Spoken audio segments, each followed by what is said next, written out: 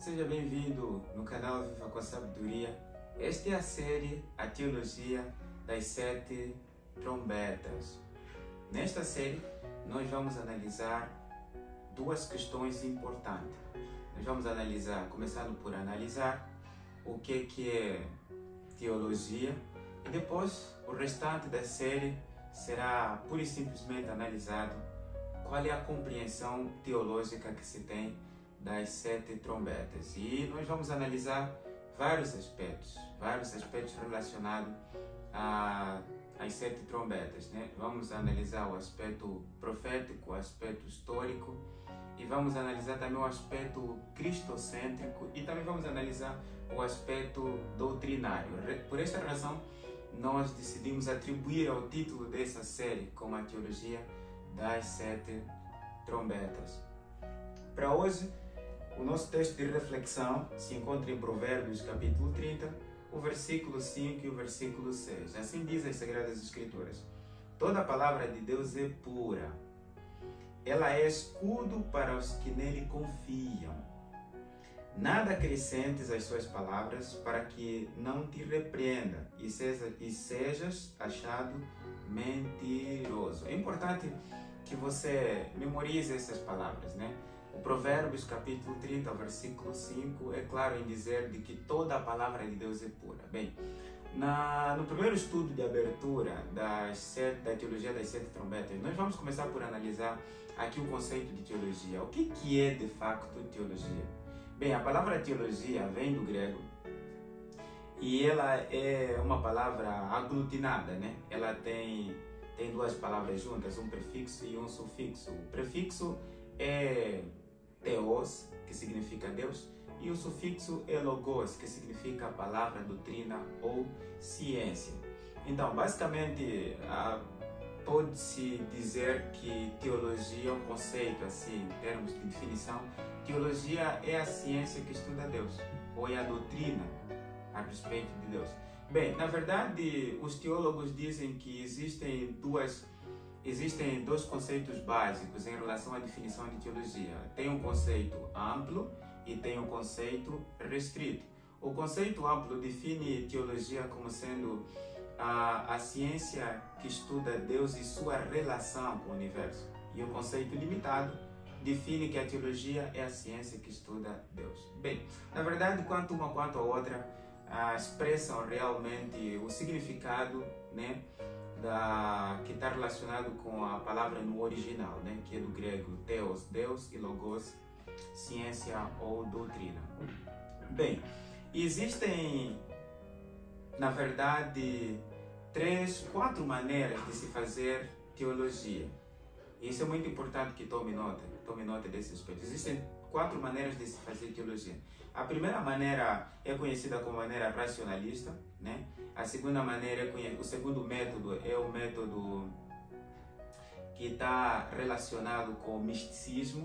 O terceiro método é o método que é conhecido pelos teólogos como sendo o método católico, ou seja, a igreja está acima da Bíblia, a igreja é que interpreta a Bíblia e não a Bíblia interpreta a si mesma. E o último método é o método protestante, né, que é o método do sola scriptura. Bem, o método racionalista diz que a mente é a que, de fato, define a interpretação das Sagradas Escrituras. Ou seja, o ponto fulcral não é a Bíblia, mas é a razão que define o certo e errado.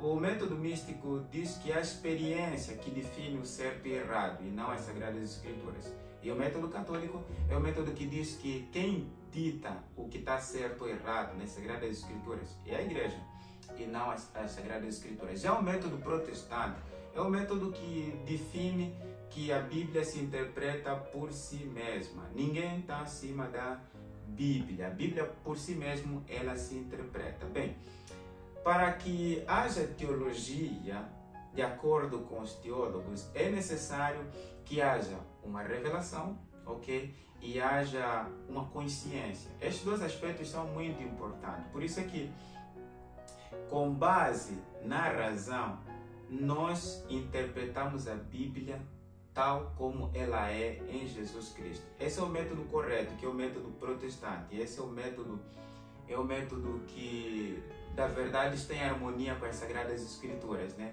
O livro de Isaías, capítulo 28, versículo 10, diz que é regra sobre regra, regra e mais regra, um pouco aqui, um pouco ali. O que quer dizer que a Bíblia se interpreta por si mesma. Mas para que haja teologia, né, é necessário que Deus se revele e haja uma consciência que compreenda a revelação de Deus. A revelação de Deus passa sempre a ser a base para interpretar a própria revelação. E nós usamos a consciência ou a razão para interpretar a Bíblia, ou interpretar a Bíblia dentro do contexto da própria Bíblia, ou seja, a Bíblia se interpreta por si mesma e nós usamos a razão para interpretar a Bíblia interpretando por si mesma, ok? Um pouco aqui, um pouco ali para se entender um todo do que as Sagradas Escrituras ensinam. Porém, dentro da discussão teológica, existem 4 métodos para se interpretar profecias. Esse é um ponto também muito importante. Dentro do contexto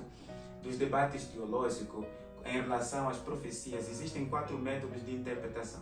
O primeiro método é conhecido como o método preterista.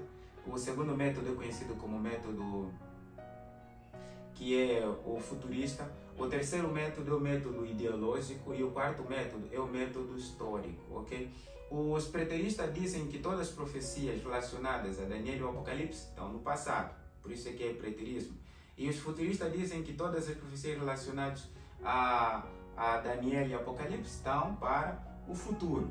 E o método ideológico diz que todas as profecias relacionadas a Daniel e Apocalipse, e outra literatura apocalíptica também, outras literaturas que possuem profecias apocalípticas, eles dizem que está tudo baseado em ideologia, como por exemplo, as profecias bíblicas não falam de instituição, ok? Falam de filosofia, falam de ideologia. Essa espécie, para você ter uma ideia, esse tipo de comunismo, ok? É uma ideologia, ok?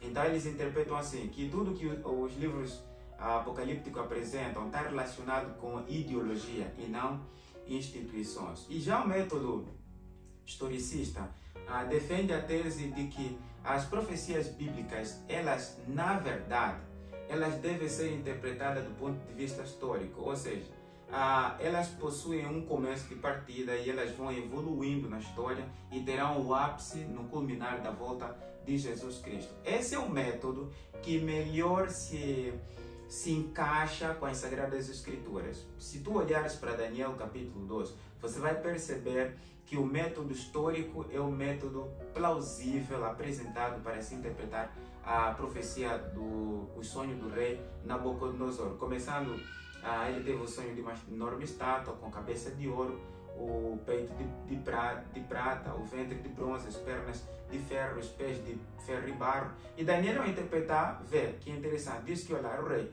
a cabeça é você, o peito é outro reino que vai te substituir. O bronze é outro reino que vai substituir, nesse caso, o peito de prata. E as pernas é um reino e que os pés ele irá se dividir em 10 pequenos reinos. Então você consegue perceber que aí tem um aspecto histórico numa progressão contínua até no final da história. No momento exato, o rei era Nabucodonosor, foi evoluindo para os medos e persas, a Grécia, a Roma, depois a divisão da Roma e a pedra, o retorno de Cristo, que mostra que a Bíblia, especialmente as profecias, deve ser interpretada do ponto de vista histórico, gramatical.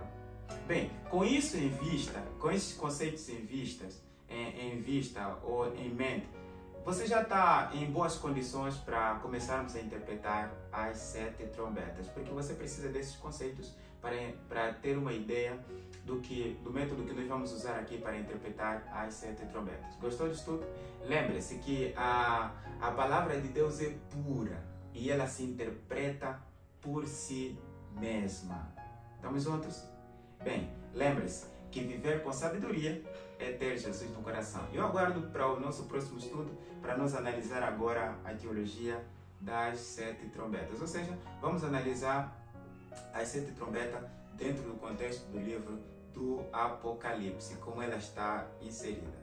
E lembre-se que viver com sabedoria é ter Jesus no coração. Que Deus o abençoe e aguardo você para o nosso próximo estudo.